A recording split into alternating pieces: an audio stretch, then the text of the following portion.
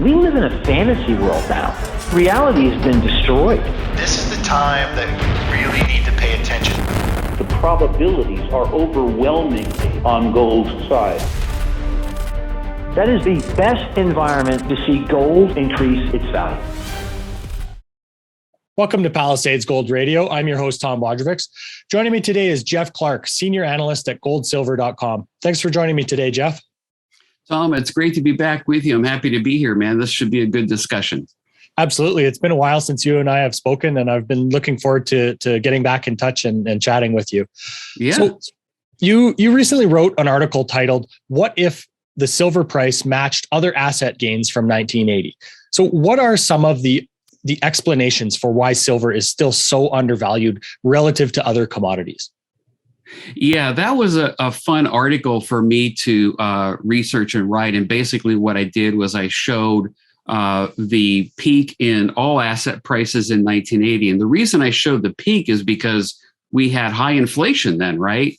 And everything was running up, not just gold and silver. So I wanted to look at where all asset prices have gone since their 1980 peak, because after 41 years, just on basic inflation, everything should be higher than it was then, even though that was a peak. And everything is, except silver. And sugar is also about at the same level as it was back in 1980. Gasoline is, crude oil is also below its 1980 peak as of the date I did that chart last week. Everything else is higher. Only silver and sugar are below their 1980 peak. So the obvious question is, why is that going on? Now, the first obvious thing that many people will point to is manipulation. And of course, there is manipulation of gold and silver prices. However, gold is above its 1980 peak substantially. Mm-hmm. Only silver is not. So I don't think manipulation explains all of it. And the thing to keep in mind about manipulation, a lot of people are bringing that up in response to the article. And my response to that is, look, manipulations don't last forever. They always fail. Mm-hmm. You can go way back in history. The London gold pool back in the 1960s, they tried to fix and manage the price then. It did not work. So these things always fail. I think it'll fail again. There could be a number of reasons, but if you're manipulating for immoral reasons, you can't win in the end. You will lose. And so I do think that we will see higher gold and silver prices regardless of any manipulation. But we've been here before. I've pointed this out in other articles too, that, you know, back in the mid 1970s, they had raging inflation then, even higher than we do now. And yet gold and silver fell over a 2-year period of time in the mid 1970s. I think most, of your audience knows that. They fell over 40% over 2 years. And in silver's case, when it did eventually begin, when it bottomed, it stayed there for another 2 years before it started to move. But of course, we all know how that story ended. And I think it's similar today.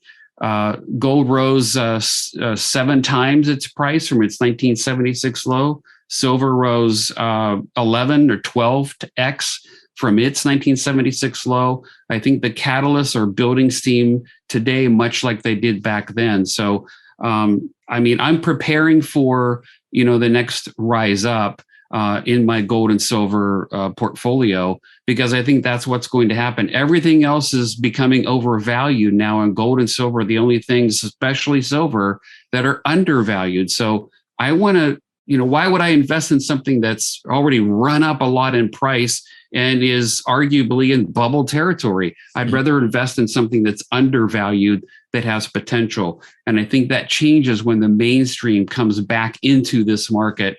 And I think they'll come back into it in a big way, because it'll be fear driving them, at least initially, into gold and silver. So Jeff, when you talk about the manipulation that is often brought up, there's a couple different types of manipulation that is often associated with gold and silver. There's the short-term spoofing, but do you think that the longer-term hold down of gold and silver, that type of like longer-term manipulation is harder to prove than the short-term spoofing? Well, frankly, this is not an area I spend a lot of time in. I don't do a lot of research in that. What we do know is there is manipulation. We also in gold and silver, but we also know there's manipulation in all assets. They're all manipulated. The degree to which really depends on how much the government is involved. So I don't spend a lot of time in that, frankly, because I take the old adage, only worry about the things you can control. Mm-hmm. And I can't control that. So, I can complain and moan and be frustrated and confused and angry and bitter at this, control to whatever extent it may be. But it doesn't do me a lot of good. I do believe that eventually all manipulations fail, and that if you're doing it for immoral reasons, you will be caught. You will be taken out, so to speak. You will not win. So the short-term stuff, yeah, it's frustrating, and it's good to see some of these guys getting fined. But of course, the fines are lower than what their profits were on the manipulation sometimes. So, that's all frustrating. But I would encourage people to really focus on what you can control. If you really believe that gold and silver are the only things that are manipulated by the government, and that you don't think it's going to end, I mean, would you really want to be in this market? For me, I don't believe that. And I do, even if that's true, I want to be here because I think it will end. It will fail. Manipulations fail. We've shown this throughout history. And so that's why I want to be in this market. The manipulation, the conspiracy stuff, it will end. It has to. So, Jeff, is it possible that, when we're comparing to that 1980 spike high of $50, that was caused by the Hunt brothers squeezing it? Is that the right metric to be using, or are there other examples of that type of scenario playing out in other goods? That's a fair question. And some people point that out. Well, it was the Hunt brothers that drove silver up. That's actually not the case to a large extent. Yes, they did impact the price, but other entities besides us at Gold Silver have researched this and found that the Hunt brothers, what they did only added about $1 or so to the price of silver at the time. Think about it. Back in the 1980s, what did you have? You had literally every single asset was rising in price. Everything. Not just silver, that they were buying, but also gold, all commodities, lots of assets were rising in price back in the time. Gold and silver were responding to events. And keep in mind, by the way, why did the Hunt brothers buy so much silver? Because they were worried about the monetary system back then, the dollar. We have the similar reasons to do that today, right? But here's another interesting tidbit. Back in I think it was 1976, and I forgive me if I don't have the exact date, but it was probably about 4 years before the big spike to $50 in silver. One of the Hunt brothers visited the pits at the COMEX back then. And back then it was open cry, right? It wasn't digital or computerized. And that was actually an open cry pit like you see in some movies like Trading Places, okay? It was like that.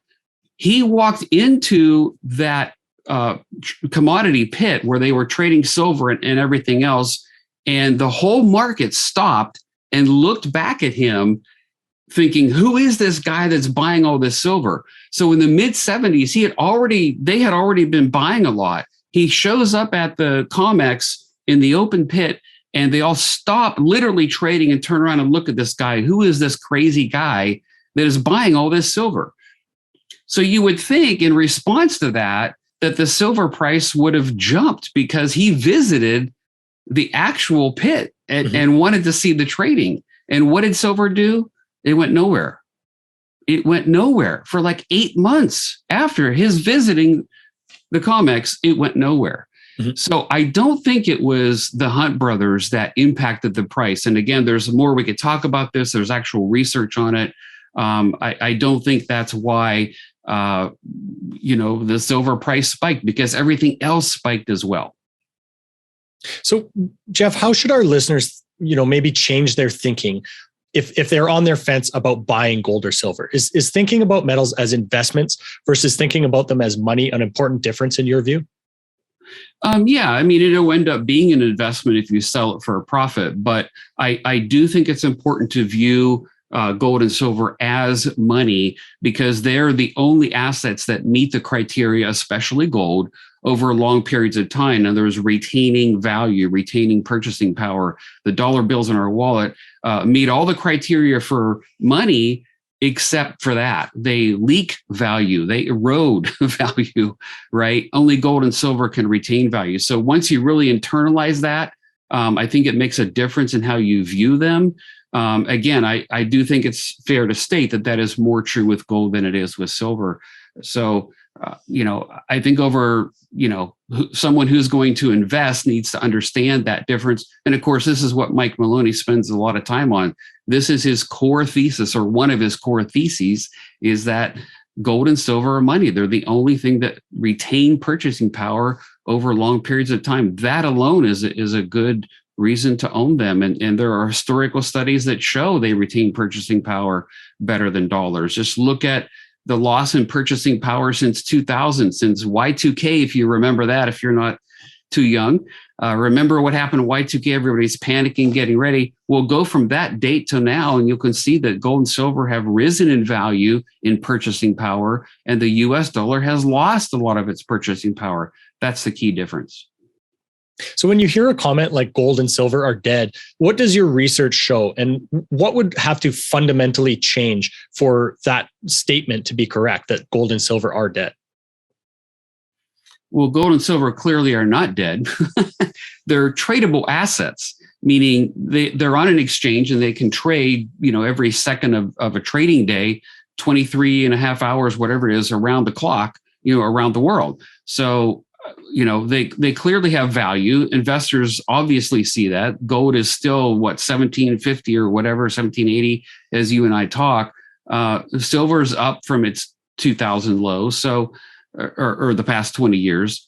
So I don't buy this argument that they're dead. If they were dead, then gold would be at $250 an ounce and silver would be $2.50 an ounce, something like that. I think this is why Harry Dent, and not to call somebody out, but just to use him as an example, why Harry Dent is wrong. I actually bet him because he kept saying gold's going to as low as $250 an ounce. I wrote him an open letter. He accepted my bet and he lost. And I think this is one of the core reasons. And he paid me, by the way. He's actually he was very gentlemanly about it. So that was going to be my next question. Yeah, I got an ounce of gold from him. It was great. He sent me a check to buy an ounce of gold with the premium. He was a true gentleman about it, But that's the key difference. He doesn't see gold and silver as money, and I do. And Mike Maloney does, and many of us do, right? And that's the reason. Because it's money, it's going to always have value.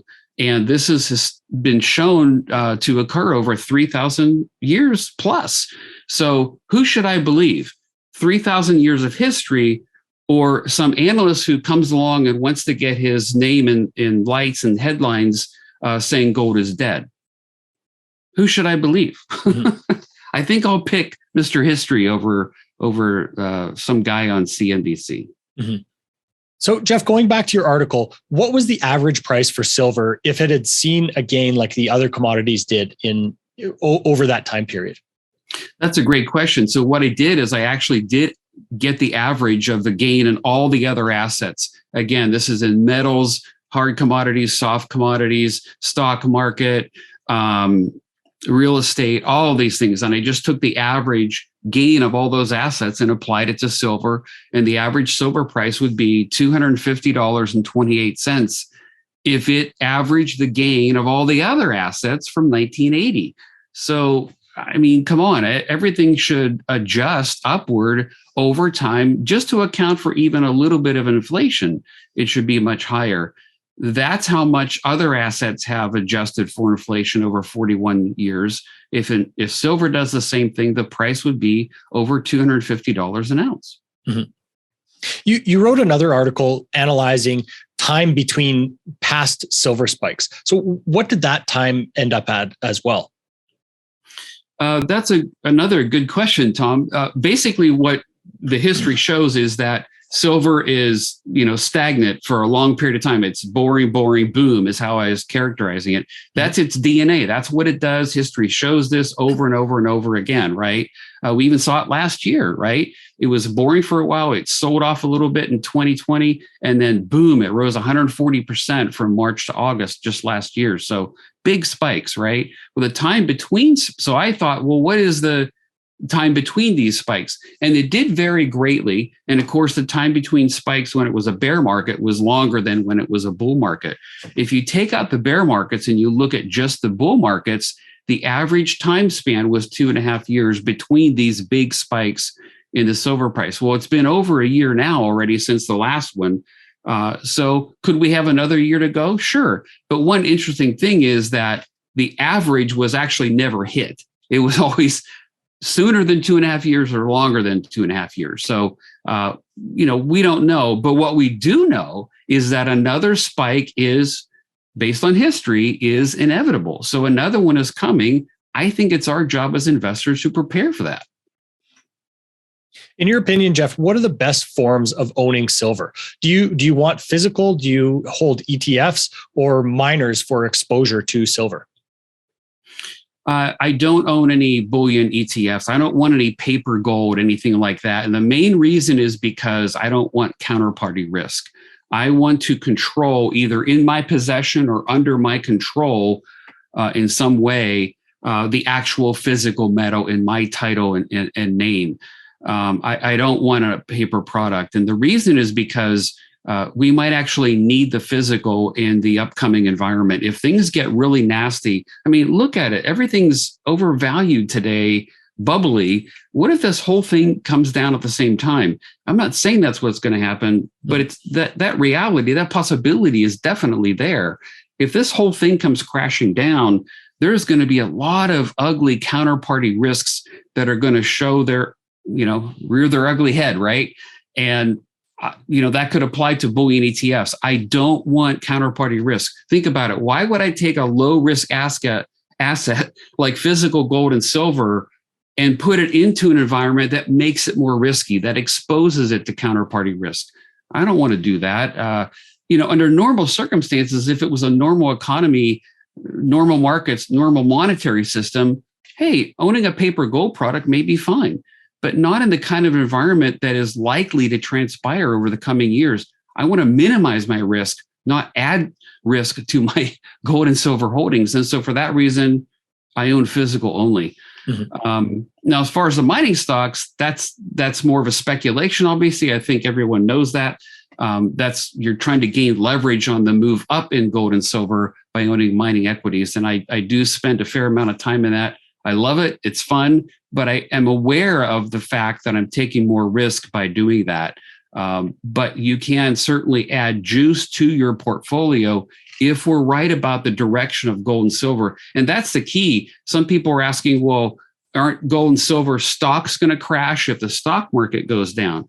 Well, the key there, the answer to that question is, what are gold and silver going to do?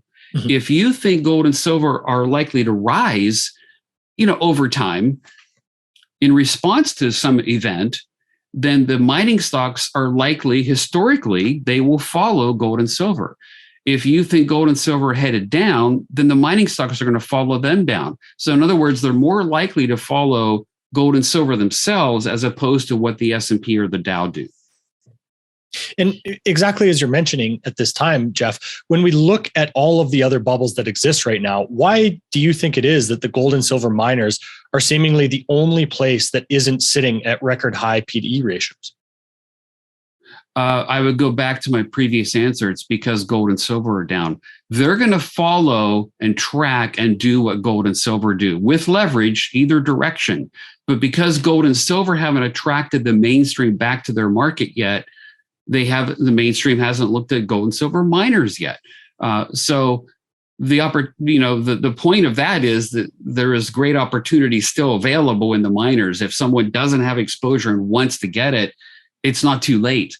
Whereas it might be too late to jump into the S&P now and, jump into maybe some cryptos or something, or jump into real estate. those things have admittedly run up a lot in value. The only thing that hasn't is gold and silver and mining stocks. So the value is still there. But the answer to your question is because gold and silver haven't moved, the miners haven't moved yet either. I do think that's going to change.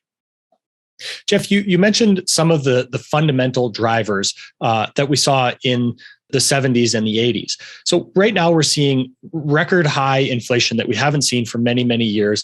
Powell came out this week and said that we're going to stop using the word transitory when talking about inflation. So how do you see the inflation story persisting? And maybe as part of that, do you think that a lot of these supply chain issues are, one of the main reasons that we're seeing this inflation? Yeah, they've admitted as much, and many analysts have admitted as much, that it's not just a demand issue, it's also a supply chain issue. And I think everybody knows that. Everybody knew that when the Fed started using this transitory word. I mean, just every day we were bombarded, transitory, right? Make it the word of the year. I mean, these guys just pounded it into our head. And I was very skeptical. And I even said publicly, look, I don't think it's going to be transitory. And now look what the Fed is saying, like you just cited there. They're saying, well, it's time to retire that word. It's going to last well into 2022. Many supply side manufacturers, transportation, all these things are saying it's going to last into 2022. Be prepared for it. So, the Fed was wrong then. So, and they've been wrong many times, right? Remember Bernanke saying the housing market is stable in 2006. He was horribly wrong. So I wouldn't follow the advice of what a Fed official or a government official is, a vested interest in trying to be positive and, trying to, keep the market stable and up and that sort of thing. I wouldn't put my trust in that, And again, the evidence of that is all the supply side manufacturers and the whole chain was saying, look, this is a problem. This is going to last a while. And that's exactly what's playing out. So I do still fall into the inflation camp that it's going to go higher. But here's the thing, there's good evidence for deflation out there, that could be coming. And there's good evidence that we could be going into a stagflation. So what's it going to be? Well, Tom, I sleep well at night because I don't have to answer that question. Mm-hmm. If I own a meaningful amount of physical gold, I don't have to answer that question because it's not about inflation or deflation. It's about crisis. And when there is another crisis, gold is going to do its job. It has historically for 3,000 years.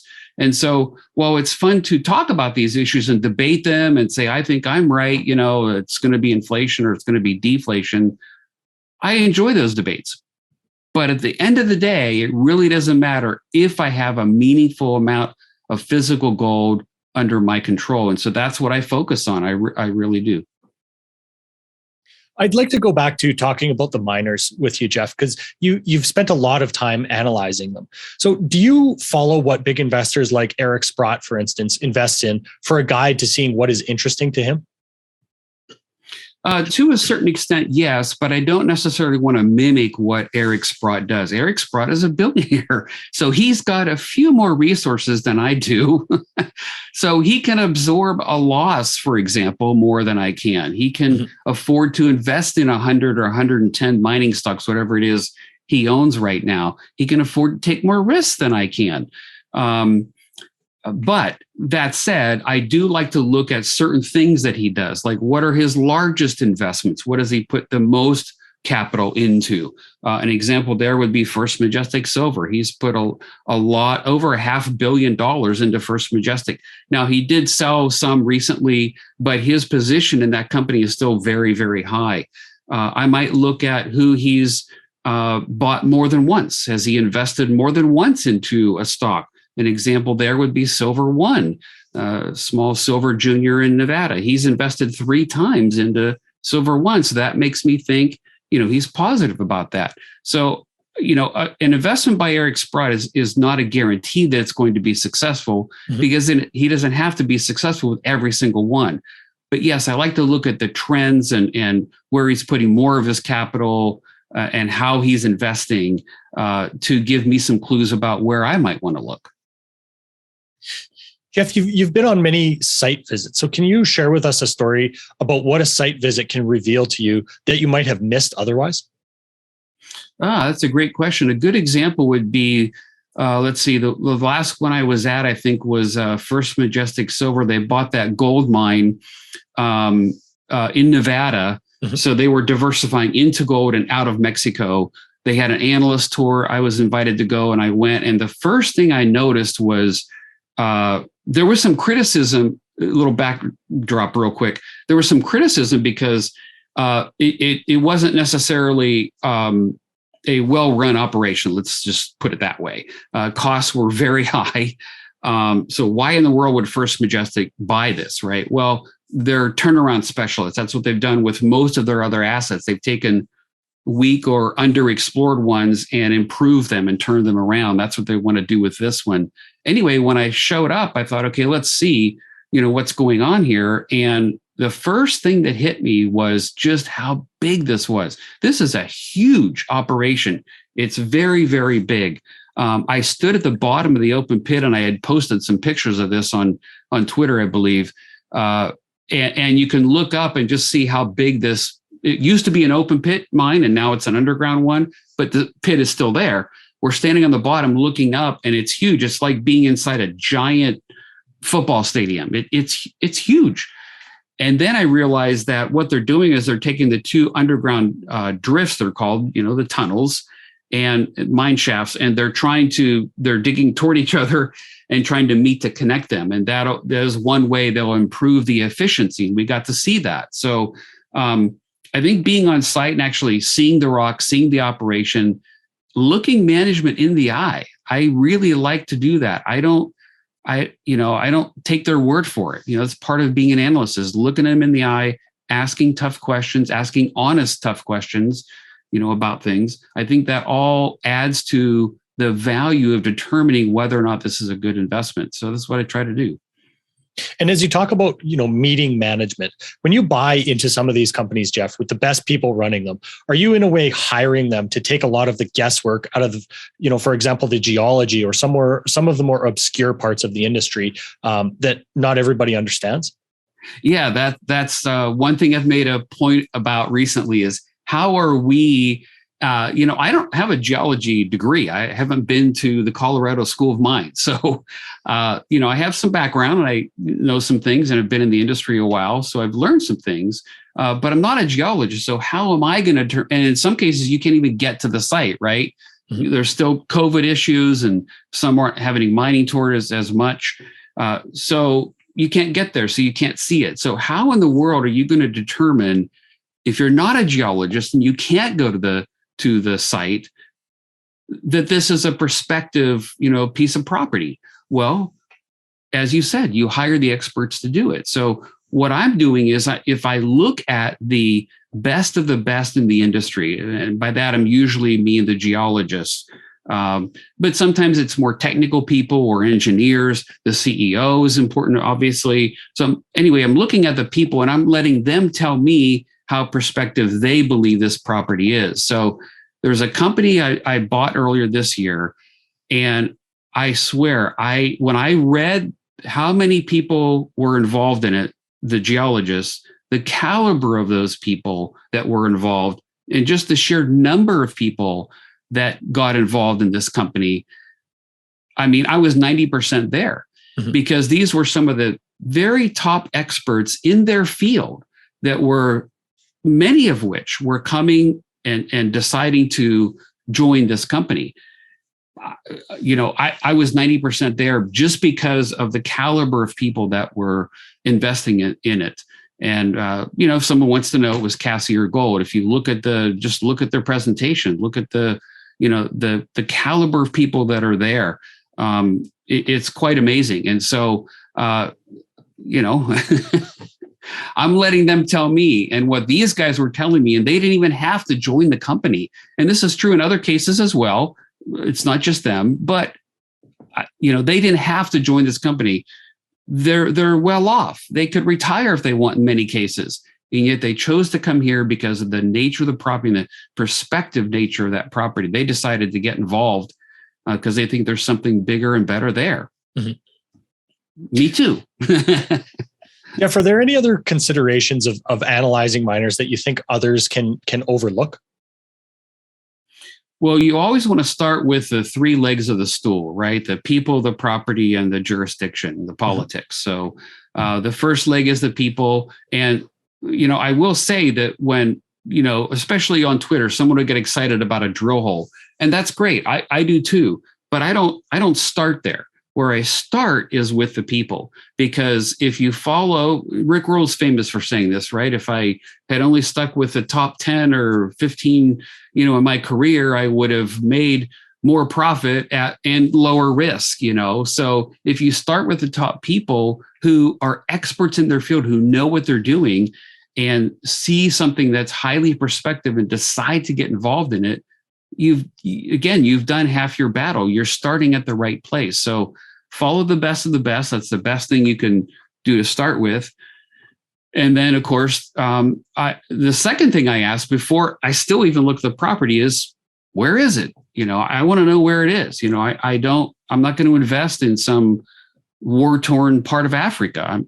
No matter how highly prospective the property may be. Now, I may miss some, big gainers because of that, but I'm taking lower risk. You're already taking a lot of risk when you invest in the mining sector, especially the juniors. So why add on to that risk? I lower my risk by just buying into the best jurisdictions, wherever that may be, wherever you decide those may be. The obvious ones are, Canada, certain parts in the US, things like that. So, and then the third leg, then I look at the property. Then I look at the prospective nature of the property to determine, okay, is this something that can be big and rich ultimately? The bottom line question that eventually has to be answered is, will this be an economic mine, or can this be an economic mine?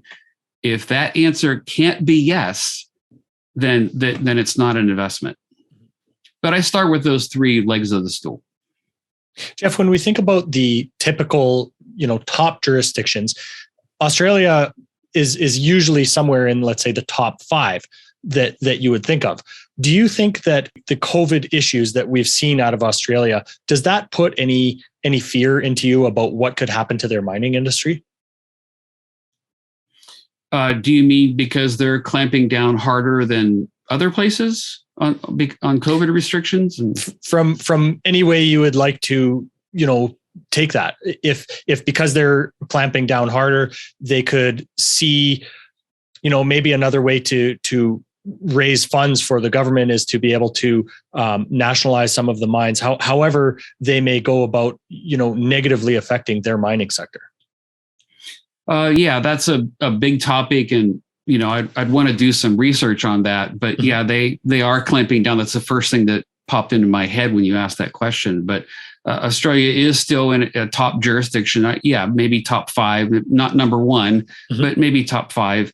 I don't have a lot of investments in Australia, partly because it's a little harder to investigate. There's a big time difference, of course. You can't go there to see the projects very easily. They do things a little differently. They don't have a 43-101 like Canada does. They have their own version of that, but you need to learn that system and what it is and what it means. They also have some other idiosyncrasies, like they have a lot more shares outstanding. So when you look at a Canadian stock, US stock, and then you look at an Australian stock, you see, holy crow, they have literally 10 times more shares outstanding than a comparable company in the US or Canada. The reason is because Australians, for whatever, right or wrong, they tend to value liquidity over a low share count.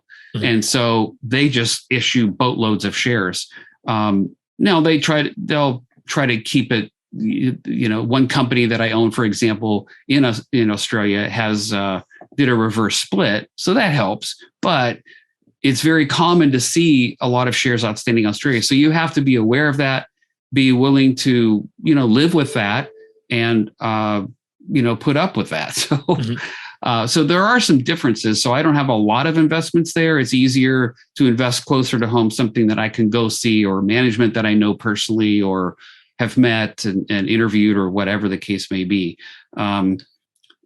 So it's hard for me to give you a definitive answer there about where they might be headed. But there's very prospective geology. There are still good investments there. I wouldn't ignore it for sure. Mm-hmm. Jeff, you mentioned seeing exciting drill results at times on Twitter or wherever you might see them. So when analyzing drill results, are there any resources or rules of thumb that you can share with our listeners to help them understand some of these confusing numbers? Yeah, that's a good question. So the main tool you probably want to start with is to look at the grade, of course, and then the meters, the width of the intercept.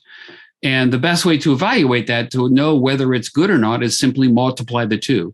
So you have, let's say 1 gram per ton of gold over 50 meters. So you multiply that, you get 50, right? Well, what we want to look for when I get excited is when that number is over 100. You can get really excited when that number is over 200. Generally speaking, obviously higher grade is better and longer intercepts are better. What really attracts the market is a very big grade or a very big intercept. So you could have one or the other. So you could have 1 gram per ton gold over 120 meters. 1 gram is not considered high grade.